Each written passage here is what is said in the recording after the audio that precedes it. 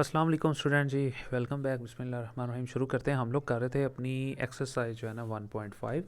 तो एक्सरसाइज जो है ना 1.5 का हम लोगों ने सारे क्वेश्चंस कर लिए थे। उसका जो छठा क्वेश्चन था ना, उसका पार्ट 1 हम लोगों ने प्रीवियस वीडियो में किया था। तो इसमें हम लोग जो है ना उसका पार्ट 2 अटैम्प्ट करेंगे। तो आप लोगों से रिक्वेस्ट वही है कि चैनल को यार आप सब्सक्राइब नहीं करते। व्यूज़ बहुत ज़्यादा होते हैं लेकिन सब्सक्राइब नहीं आप लोग करते, तो सब्सक्राइब ज़रूर यार काइंडली कर दिया करें। और प्लेलिस्ट के अंदर आपको जो है ना क्वेश्चंस मिल जाएंगे। और ये इन्वर्स क्या होता है, इन्वर्स का बेसिक फार्मूला क्या है, अगर वो आपको नहीं पता तो आप जाके क्वेश्चन नंबर 1 जो है ना पहले जाके वो सीखें, फिर क्वेश्चन नंबर 2, फिर आपको समझ आएगी इस क्वेश्चन की। तो सबसे पहले दो साइड्स दी हुई हैं, लेफ़्ट साइड है, ये राइट साइड है। तो ये लेफ़्ट साइड वैसे ही मैंने लिख ली, ठीक है। इसको हल कर लेते हैं। सबसे पहले उसने कहा डी और ए को मल्टीप्लाई करवाएं, तो और बाद में उसका इन्वर्स ले लें। ये डी की कीमत है, ये ए की। तो सबसे पहले हम लोग क्या करते हैं, इन दोनों को मल्टीप्लाई करवा देते हैं। तो ये देखें, ये डी और ए, ये डी की कीमत और ये वाली ए की कीमत आ गई हमारे पास। तो हम लोग यहाँ पे क्या करने लगे हैं, सबसे पहले मल्टीप्लाई। ये वैसे ही नीचे आ गया। अब पहली रो पहला कॉलम, पहले 3 को 4 से, ये देखें, प्लस 1 को -1 से, फिर 3 पहली रो दूसरा कॉलम, फिर 3 को 0 से, ये देखें, प्लस 1 को 2 से, ऐसे। फिर दूसरी रो पहला कॉलम, -2 को 4 से, ये देखें, प्लस 2 को -1 से। फिर दूसरी रो दूसरा कॉलम, -2 को 0 से मल्टीप्लाई करवाना है, +2 को 2 से मल्टीप्लाई। यानी याद कर लें कि पहली रो पहला कॉलम, फिर पहली रो दूसरा कॉलम। अगर और भी होते तो तब भी ऐसे ही था, पहली रो तीसरा कॉलम, पहली रो चौथा, वो सारे इधर आने थे ऊपर ही। जो ही आपने दूसरी रो पे आना है तो इधर से भी दूसरी रो पे आ जाना है। अब दूसरी रो पहला कॉलम, फिर दूसरी रो दूसरा कॉलम, इस तरह से। अब आप इन्हें सिंप्लीफाई कर लें। ये वैसे ही आ गया, 4 को 3 से मल्टीप्लाई किया 12 आ गया, ठीक है। ये प्लस माइनस माइनस हो गया, 1 को 1 से मल्टीप्लाई किया 1, 4 को -2 से मल्टीप्लाई किया तो -8 आ गया, और ये प्लस और ये माइनस, प्लस माइनस -2 वैसे ही आ गया, ठीक हो गया। 3 को 0 से किया तो 0 आ गया, ठीक है। और 2 1 से 2 आ गया, फिर -2 को 0 से 0, +2 2 4। तो इस तरह से ये हम लोग इसको हल कर लेंगे।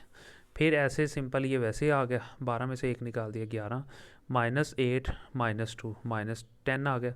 फिर ये वैसे 2 रह गया, और 0 + 4 वैसे ही 4 रह गया। तो हम लोगों का ये जो है ना, ये हमारे पास कीमत आ गई है डी ए की। उसने ये कहा हुआ था कि डी ए जब आपके पास आ जाए तो आपने डी ए जो मैट्रिक्स है, यानी इस मैट्रिक्स का नाम है डी ए। तो वो कह रहा था डी ए जब मैट्रिक्स आ जाए तो उसका आपने इन्वर्स ले लेना है। अब जब इन्वर्स इसका लेना है तो इन्वर्स के लिए दो चीज़ें चाहिए, एक तो डी ए का डिटर्मिनेंट चाहिए और एक डी ए का अर्जेंट चाहिए। तो सबसे पहले इसी का डिटर्मिनेंट ले लेते हैं। डिटर्मिनेंट के लिए इसके गिर्द भी बार लगा दें ऐसे, और इधर भी 2 लाइनें ऐसे लगा दें। फिर ये चीज़ वैसे ही रही, पहले 4 को इससे मल्टीप्लाई करवाना है, देखें दरमियान में माइनस लगाना है, इसको इससे मल्टीप्लाई करवाना है। फिर ये चीज़ वैसे ही, 11 को 4 से 44, माइनस माइनस प्लस 10 to 20, और ये वैसे रह गया, दोनों को जमा किया 64 आ। ये आ गया डिटर्मिनेंट। अब हम इसी का अर्जेंट फाइंड कर लेते हैं। अब देखें यहाँ पे अगर हम लोग गौर करें तो अर्जेंट हम लोग किस तरह से लेते हैं, ये चीज़ जो है ना इम्पोर्टेंट है। अर्जेंट हम लोगों ने किस तरह से लेना होता है, अर्जेंट हम लोगों ने इस तरह से लेना होता है कि हम लोग सिंपली क्या करते हैं, ये देखें हम लोगों ने ये रकम थी ना, अब जब इसका अर्जेंट लेंगे तो इन दोनों की जगह चेंज कर देंगे और इन दोनों की अलामतें चेंज कर देंगे। इन दोनों की जगह, ये देखें 4 पहले इधर था, अभी उधर चला गया 4, और 11 इधर आ गया। इन दोनों की अलामतें, इधर +2 था माइनस कर दिया, ये +10 था, -10 था तो इसको प्लस कर, ये आ गया अर्जेंट।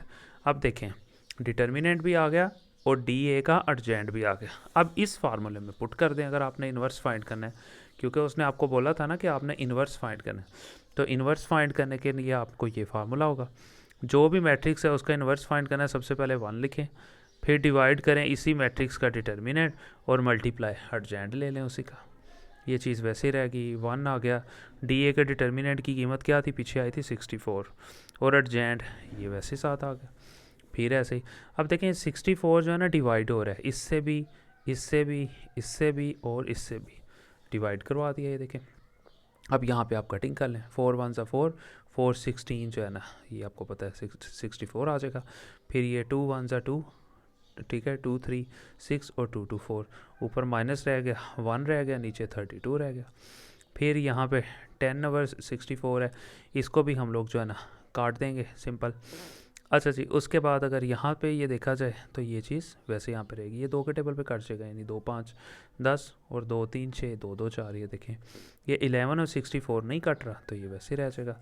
ये हम लोगों ने कर लिया। अब हम करेंगे इसको, यानी कि अब राइट साइड है।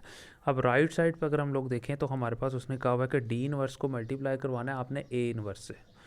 तो अब सबसे पहले अगर हम बात करें, डी इनवर्स है ना, तो डी इनवर्स अगर फाइंड करना है तो सबसे पहले डी का डिटर्मिनेंट फिर डी का अर्जेंट फाइंड करेंगे।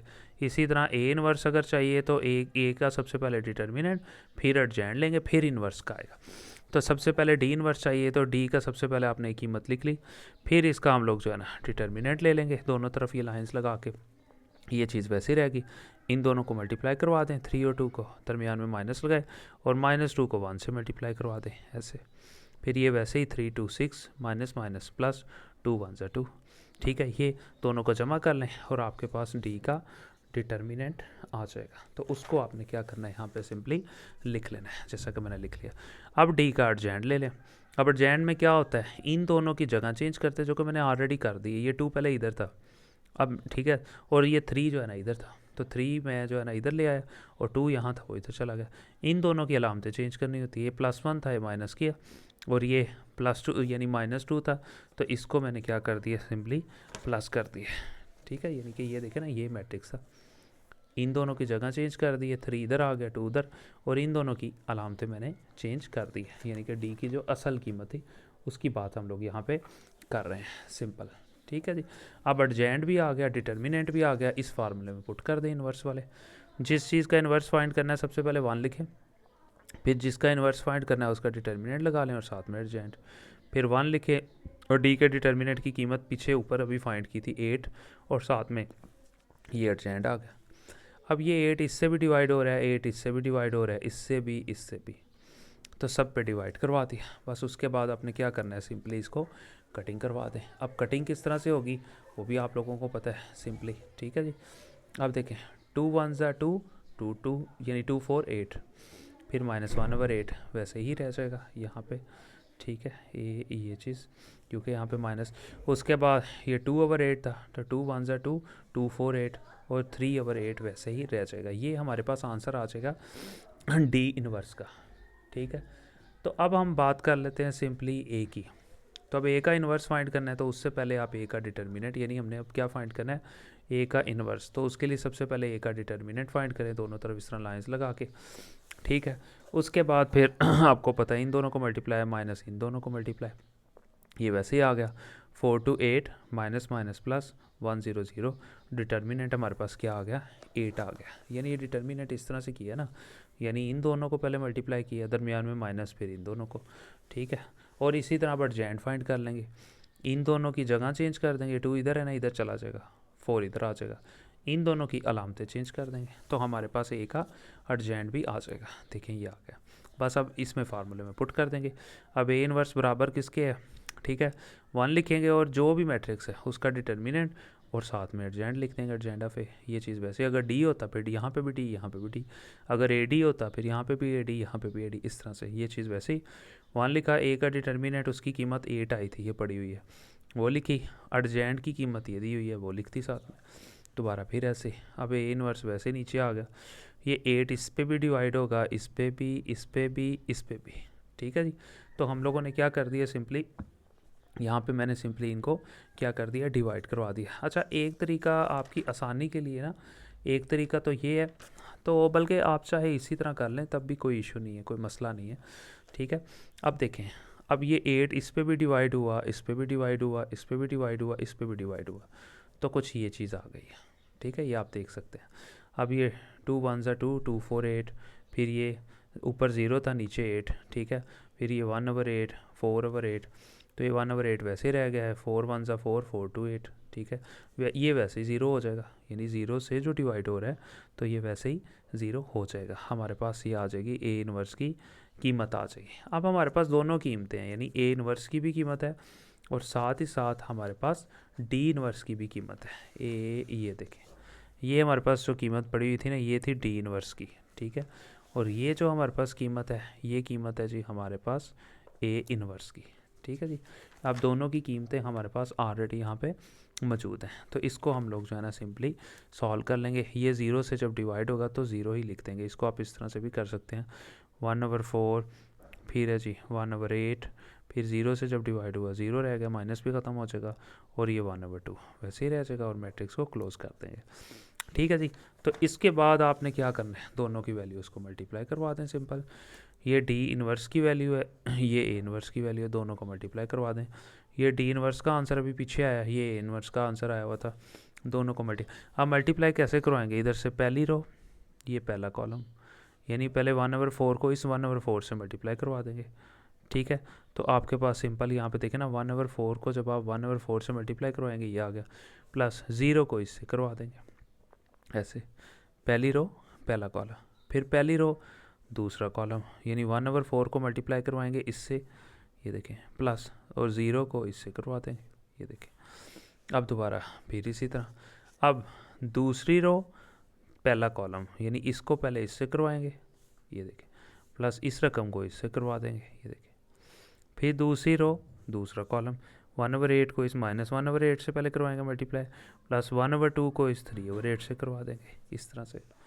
अब देखें, ये 1 को 1 से किया 1 रह गया, 4 को 4 से किया तो 16 रह गया, प्लस ये जब 0 से मल्टीप्लाई हुई रकम 0 हो गया। यहाँ पे भी कुछ ऐसे ही, ये -1 जब 1 से मल्टीप्लाई हुआ -1 रह गया, 8 को 4 से किया 32 रह गया, 0 को इस रकम से किया तो 0 रह गया। यहाँ पे भी ऐसे ही, 1 को 1 से किया 1 रह गया, 8 को 4 से किया 32 रह गया, प्लस 1 1। ठीक है, यहाँ पे इसी तरह, और 4 को 2 से अगर हम लोग यहाँ पे सिंपली मल्टीप्लाई करवा दें तो हमारे पास यानी 8 रह जाएगा। वो भी आपको बताता हूँ आगे, एलसीएम मतलब हम लोगों ने लिया हुआ है। अच्छा जी, यहाँ तक हम लोगों का ये वाला क्वेश्चन जो है ना सॉल्व हो गया। उसके बाद अगर हम लोग यहाँ पे एक चीज़ नोट करें, और वो क्या है, वो ये है कि सिंपल, अब ये देखें, ये -1/32 है, और ये क्या है यहाँ पे 0 है।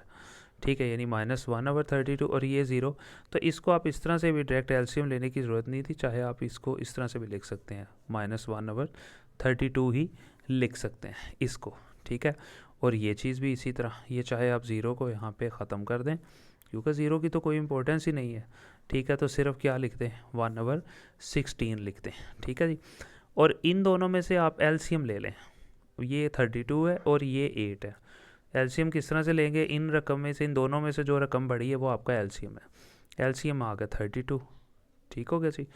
अब क्या करेंगे हम लोग, यानी कि 32 को ऊपर रखेंगे, ठीक है, और नीचे हम लोग सबसे पहले, यानी 32 को आपने क्या करना है, ऊपर रखना है जो आपका एलसीएम है। फिर उसके बाद आपने इसको नीचे रखना है, 32 को कट गया, आंसर आ गया 1। वो जो 1 आंसर आया वो इस रकम का था, इसी के ऊपर मल्टीप्लाई करवा दें, 1 को 1 से मल्टीप्लाई किया तो 1 आ गया, प्लस फिर दोबारा ये एलसीएम था, इसको रफ अमल में जाके ऊपर लिखेंगे। पहले इस रकम को नीचे लिखा था, अब इस रकम को लिखेंगे नीचे, ये 8 को, ये चाहे आप कंफ्यूज होंगे, अब इस रकम को लिखेंगे 8 को, तो 8 को मल्टीप्लाई किया 4 से तो हमारे पास 32 कट गया, आंसर आया 4 आंसर आया इस 8 का, तो इसी के ऊपर मल्टीप्लाई करवा देंगे 4 को। जब 4 1 से मल्टीप्लाई होगा तो हमारे पास 4 आ जाएगा। यानी दोबारा एक्सप्लेन कर देता हूँ कि एलसीएम किस तरह से लेते हैं, दोनों में से जो रकम बड़ी है वो लिखेंगे, वो लिख ली, ये हमारा एलसीएम आ गया, इसको एलसीएम कहेंगे। अब एलसीएम को आपने रफ अमल में ऊपर रखना है, और इस साइड वाली रकम जो लेफ़्ट वाली साइड है ये, इसको नीचे रखना है। कट जी, आंसर आया 1 आंसर आया इस रकम का, इसको नीचे रखा था तभी आंसर आया ना, तो जो आंसर आया इसी के ऊपर मल्टीप्लाई करवा दें। इसका आंसर 1 आया, ऊपर इसके क्या पड़ा था 1, तो 1 को 1 से मल्टीप्लाई किया तो 1 आ गया, प्लस फिर दोबारा एलसीएम क्या था 32, उसको ऊपर रखें, पहले इसको नीचे रखा था, अब इस रकम को नीचे रखें। अब तो 8 कट जाएगा, यानी 32 कट जाएगा 8 के पहाड़े पे, तो 4 आ गया, 4 आंसर आया, इसको नीचे रख के तो इसी के ऊपर मल्टीप्लाई करवा दें, तो इसका आंसर 4 था, ऊपर क्या था 1, तो 4 को 1 से मल्टीप्लाई किया तो 4 आ गया। ठीक है, तो ये इस तरह से एलसीएम हो जाएगा। अब यहाँ पे भी कुछ इसी तरह का सीन रहेगा, ठीक है, आपकी आसानी के लिए। अब इन दोनों में से बड़ी रकम क्या है 64, तो 64 हमारे पास क्या आ गया एलसीएम, ये हमारे पास आ गया जी एलसीएम। इसको हम लोगों ने क्या कर लिया, अब नीचे रख लिया, ठीक है, यानी रफ अमल के अंदर, बल्कि यानी कि यहाँ पे आपने एलसीएम इसको लिख लिया। उसके बाद आपने जाना रफ अमल में, इसको रखें एलसीएम को ऊपर, यानी एलसीएम को क्या रखना है ऊपर रफ अमल में, ये एलसीएम था ना, इसको ऊपर रखा, नीचे किसको रखना है, लेफ़्ट वाली साइड को, इस रकम को नीचे रखना है। तो 64 वन ज़ा 64, आंसर आया 1 1 आंसर आया इस रकम का, इसी के ऊपर मल्टीप्लाई करवा दें, यानी सेम यही चीज़ है। 1 को -1 से मल्टीप्लाई किया तो -1 रह गया, प्लस फिर हम लोगों ने क्या करना है, फिर इसी तरह दोबारा, कैसे, अब फिर दोबारा 64 को आपने रफ अमल में जाके ऊपर लिखना है, और पहले इस रकम को नीचे लिखा था, अब इस रकम को नीचे लिखेंगे। कटिंग किया, 16 को 4 से मल्टीप्लाई किया तो 64 आ गया, 4 आंसर रह गया हमारा। ठीक है, 4 आंसर आया इस रकम का, तो इसी के ऊपर आप मल्टीप्लाई करवा दें। 4 इसका आंसर था, ऊपर 3 था, तो 4 को 3 से मल्टीप्लाई किया तो 12 आ गया। तो इस तरह से ये एलसीएम हम लोग ले लेंगे। थोड़ा सा टफ है, लेकिन थोड़ा मैंने आपको समझाने की कोशिश किया है, होप कि आप अच्छे। मैंने ये क्वेश्चन में मेथड थोड़ा सा ना चेंज किया है। अगर आपने क्वेश्चन नंबर 6 का पार्ट 1 देखा है, मैंने उस मेथड से भी इसी क्वेश्चन को सॉल्व किया है। ये एक दूसरा मेथड है, ये थोड़ा सा मुश्किल था, मैंने दोनों मेथड करवा दी। जो भी आपको मेथड आसान लगता है, ठीक है, आप उससे कर सकते हैं। जो मैंने पार्ट 1 में मेथड करवाया वो इससे आसान है, वो इतनी लंबी कैलकुलेशन नहीं है, वो सीधी सीधी कैलकुलेशन, आप वो अटैम्प्ट कर लें। ले जी, उसके बाद है 1/16 वैसे ही रह गया, 4 और 1 5, नीचे 32 था, फिर ये -1 डिवाइडेड बाय 32, फिर ये 12 में से 1 निकाल दिया 11, और नीचे क्या रह गया 64। तो अब देखें ये जो हमारा आंसर आया, राइट हैंड साइड का जो आंसर आया, वही आंसर जो है ना हमारा, ठीक है, लेफ्ट हैंड साइड देखिए 1/16 है, फिर -1/32 है, फिर 5/32 है, 11/64 है। तो यही आंसर हमारा लेफ़्ट का आया हुआ था। तो दोनों क्योंकि बराबर आए हैं, तो लिहाजा हम लिख सकते हैं नीचे लेफ़्ट हैंड साइड बराबर है राइट हैंड साइड के। लो जी, मिलते हैं इंशाल्लाह नेक्स्ट वीडियो।